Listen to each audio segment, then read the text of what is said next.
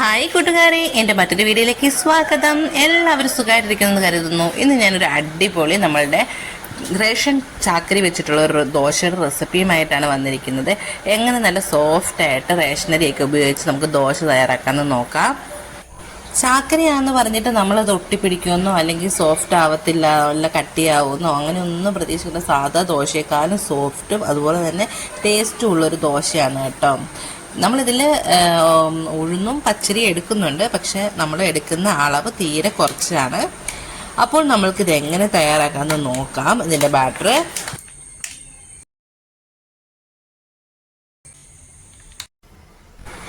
ഞാനിവിടെ 2 ബൗള് ചാക്കരി എടുത്ത് വെച്ചിട്ടുണ്ട്. ഇത് റേഷൻ ചാക്കരിയാണ്.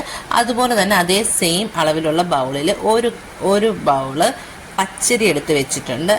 ആ പച്ചരിയുടെ നേർപകുതി നമ്മൾ ഉഴുന്നെടുത്ത് വെച്ചിട്ടുണ്ട്. നമ്മൾ ഗ്ലാസിൻ്റെ കണക്കിലാണ് 2 ഗ്ലാസ് ചാക്കരി എടുക്കുകയാണെങ്കിൽ 1 ഗ്ലാസ് പച്ചരി, 1/2 ഗ്ലാസ് ഉഴുന്ന്, ഇങ്ങനെയാണ് നമ്മൾ അളവ് വരുന്നത്. ഇതൊരു 8 മണിക്കൂർ വരെ നമ്മളൊന്ന് കുതിരാൻ വേണ്ടി വെക്കുന്നുണ്ട്. ആദ്യം നമ്മൾ ചെയ്യേണ്ടത് എന്താണെന്ന് വെച്ചിട്ടുണ്ടെങ്കിൽ ഇതെല്ലാം കൂടി ഒന്നിച്ചിട്ടിട്ട് നമ്മളൊരു 5-6 പ്രാവശ്യം നന്നായിട്ട് കഴുകിയെടുക്കണം. അപ്പം നമ്മളുടെ 2 ഗ്ലാസ് ചാക്കരി, അതുപോലെ തന്നെ 1 ഗ്ലാസ് പച്ചരി, പിന്നെ 1/2 ഗ്ലാസ് ഉഴുന്ന്, ഇവയെല്ലാം കൂടെ നമ്മൾ ഒന്നിച്ചിട്ട് കൊടുക്കുന്നുണ്ട്. അതിനുശേഷം നമ്മൾ വെള്ളം ഒഴിച്ച് നന്നായിട്ട് കഴുകി കൊടുക്കാൻ വേണ്ടി പോവാണ്. ആദ്യത്തെ 2 ട്രിപ്പ് നമ്മൾ കഴുകിയതിന് ശേഷം 3ാമത്തെ ട്രിപ്പ് കഴുകാൻ വേണ്ടി പോവുകയാണ്.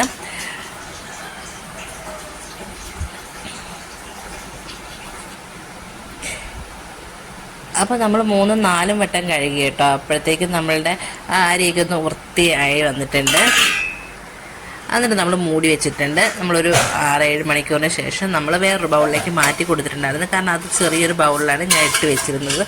അപ്പോൾ നമ്മളുടെ അരിയൊക്കെ കുതിർന്ന് വന്നു കഴിഞ്ഞപ്പോഴത്തേക്കും നമ്മളിതൊന്ന് അരച്ചെടുത്തിട്ടുണ്ട്. അരച്ചെടുത്തത് നമ്മളൊരു 8 മണിക്കൂറൊന്ന് റെസ്റ്റ് ചെയ്യാൻ വേണ്ടി വെച്ചിട്ടുണ്ടായിരുന്നു. പിറ്റേ ദിവസം രാവിലെയാണ് ഇത് ഞാൻ എടുത്തിരിക്കുന്നത്.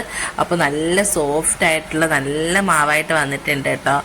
അപ്പോൾ നമുക്ക് ഇതുകൊണ്ട് ഇഡ്ഡലി ഉണ്ടാക്കാം, ദോശ ഉണ്ടാക്കാം, എന്തുണ്ടാക്കിയാലും നല്ല സോഫ്റ്റാണ്. നമ്മൾ എടുക്കുന്ന സമയത്ത് ഉപ്പും കൂടെ ചേർത്തിട്ടാണ് എടുക്കുന്നത്. നമ്മളെപ്പോഴും അരച്ച് വെച്ചതിന് ശേഷം നമ്മളൊരു 5 മിനിറ്റ് നേരം നമ്മൾ നന്നായിട്ടൊരു തവി എടുത്തിട്ട് നന്നായിട്ട് മിക്സ് ചെയ്ത് കൊടുത്തതിന് ശേഷം വേണം നമ്മളിതൊന്ന് പൊങ്ങി വരാൻ വേണ്ടി വെക്കേണ്ടത്. അതിന് ശേഷം നമ്മൾ ഉണ്ടാക്കുന്നതിന് തൊട്ട് മുമ്പായിട്ട് നമ്മളിതിലേക്ക് കുറച്ച് വെളിച്ചെണ്ണ ഒഴിച്ചു കൊടുക്കുന്നുണ്ട്. ഇങ്ങനെ വെളിച്ചെണ്ണ ഒഴിച്ചു കൊടുത്താൽ നമുക്ക് ഉണ്ടാക്കുന്ന സമയത്ത് എണ്ണ തൂത്ത് കൊടുക്കേണ്ട കാര്യമില്ല. വെളിച്ചെണ്ണയൊക്കെ ഒഴിച്ചു കൊടുത്തതിന് ശേഷം നമുക്ക് 2 ദിവസത്തേക്ക് ഈ മാവ് വേണമെന്നുണ്ടെങ്കിൽ നമ്മൾ ഇതിൽ നിന്ന് എടുത്തിട്ട് നമ്മൾ ഫ്രിഡ്ജിലേക്ക് മാറ്റി വെക്കണം. പിന്നെ ആവശ്യത്തിനനുസരിച്ച് നമ്മൾ അതിൽ നിന്ന് എടുത്താൽ മതി. അപ്പോൾ നമ്മൾ നന്നായിട്ട് ഉപ്പും എണ്ണയും എല്ലാം ഇട്ട് കൊടുത്ത് നന്നായിട്ട് മിക്സ് ചെയ്തതിന് ശേഷം നമുക്ക് ദോശ ഉണ്ടാക്കി നോക്കാം. അപ്പം നമ്മളിവിടെ ആദ്യത്തെ ദോശയ്ക്ക് ഒഴിച്ച് കൊടുക്കുന്നുണ്ട്. നമ്മൾ ചാക്കരി ഇട്ടു എന്ന് പറഞ്ഞിട്ട് ചാക്കരിയുടെ ടേസ്റ്റ് മുൻപിൽ നിൽക്കുകയോ അല്ലെങ്കിൽ രുചി വ്യത്യാസം ഒന്നുമില്ല. നല്ല ടേസ്റ്റ് ആയിട്ടുള്ളൊരു ദോശയാണ്. നല്ല സോഫ്റ്റും സാധാ ദോശ പോലെ തന്നെ ഇരിക്കും കേട്ടോ. നല്ല സോഫ്റ്റും അതിലും കുറച്ചും കൂടെ ടേസ്റ്റ് ഉണ്ടെന്നാണ് എനിക്ക് തോന്നുന്നത്. അപ്പോൾ നമ്മളുടെ ദോശ ഒരു സൈഡൊക്കെ ഒന്ന് മുരിഞ്ഞ് വന്ന സമയത്ത് നമ്മൾ തിരിച്ചിട്ട് കൊടുക്കുന്നുണ്ട്. നമുക്കിനി ഈ സമയം നമ്മൾ എണ്ണ ഒഴിച്ചു കൊടുത്തോണ്ട് നമുക്ക് ഈ സമയത്തൊന്നും എണ്ണയൊന്നും തൂത്ത് കൊടുക്കേണ്ട ആവശ്യമില്ല. അപ്പോൾ നിങ്ങൾ എല്ലാവരും ഒരു പ്രാവശ്യമെങ്കിലും ഇതേപോലെ ഒന്ന് ട്രൈ ചെയ്ത് നോക്കണം. ആഴ്ച ഒരു വട്ടമെങ്കിലും ഇങ്ങനെയൊക്കെ ട്രൈ ചെയ്യാം. ഇപ്പോൾ പച്ചരി ഇപ്പോൾ കുറച്ചേ ഉള്ളൂ എന്നൊക്കെ വെച്ചാൽ നമുക്കിതുപോലെ ചാക്കരയൊക്കെ ഉപയോഗിച്ച് ചെയ്യാവുന്നതാണ്. അപ്പോൾ നമ്മുടെ ദോശ നല്ല സോഫ്റ്റ് ആയിട്ടുള്ള ദോശയൊക്കെ ഇവിടെ റെഡിയായി വന്നിട്ടുണ്ട്. നമുക്കിനി അടുത്തൊന്ന് ഒരു നെയ് റോസ്റ്റ് പോലെയൊക്കെ ഉണ്ടാക്കി നോക്കാം.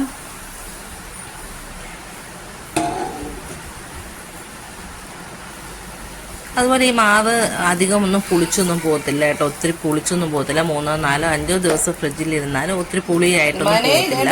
നമ്മൾ ആവശ്യത്തിനനുസരിച്ച് സൈഡിൽ നിന്ന് നമ്മൾ കോരിയെടുത്ത് പുറത്ത് വെച്ചാൽ മതി നമുക്ക് ആവശ്യത്തിനുള്ള മാവ്. അപ്പം നമ്മൾ നെയ് റോസ്റ്റ് പോലെ നമ്മൾ ഉണ്ടാക്കിയപ്പോഴത്തേക്കും അത് നന്നായിട്ട് വന്നിട്ടുണ്ട്. അപ്പം നമ്മളുടെ ദോശ നമ്മൾ ഒരുപാട് ഇവിടെ ഉണ്ടാക്കി വെച്ചിട്ടുണ്ട്. ഞാൻ ഇതിൻ്റെ കൂടി സാമ്പാറാണ് തയ്യാറാക്കിയിരിക്കുന്നത്. അപ്പം നമ്മളുടെ സ്വാദിഷ്ടമായിട്ടുള്ള ദോശയും സാമ്പാറും ഒക്കെ ഇവിടെ റെഡി ആയിട്ടിരിക്കുന്നുണ്ട്. നിങ്ങളെല്ലാവരും ഇതേ രീതിയിലൊന്ന് ദോശ ഉണ്ടാക്കി നോക്കണം കേട്ടോ. നല്ല സോഫ്റ്റും ടേസ്റ്റിയുമായിട്ടുള്ളൊരു ദോശയാണ്. ഇനി റേഷൻ പച്ചരിയൊക്കെ ഉണ്ടെങ്കിൽ, റേഷൻ ചാക്കരയൊക്കെ ഉണ്ടെങ്കിൽ അത് മേടിക്കാതെ ഒന്നും ഇരിക്കേണ്ട. ഇതേപോലെ ദോശയൊക്കെ ഉണ്ടാക്കിയിട്ടുണ്ടെങ്കിൽ നല്ല ടേസ്റ്റാണ്. കുട്ടികൾക്കൊക്കെ വളരെയധികം ഇഷ്ടമാവും. അപ്പോൾ നിങ്ങൾക്ക് എൻ്റെ ചെറിയൊരു റെസിപ്പി ഇഷ്ടമായെന്ന് കരുതുന്നു. അടുത്തൊരു വീഡിയോയുമായിട്ട് വീണ്ടും കാണാം. Thanks for watching.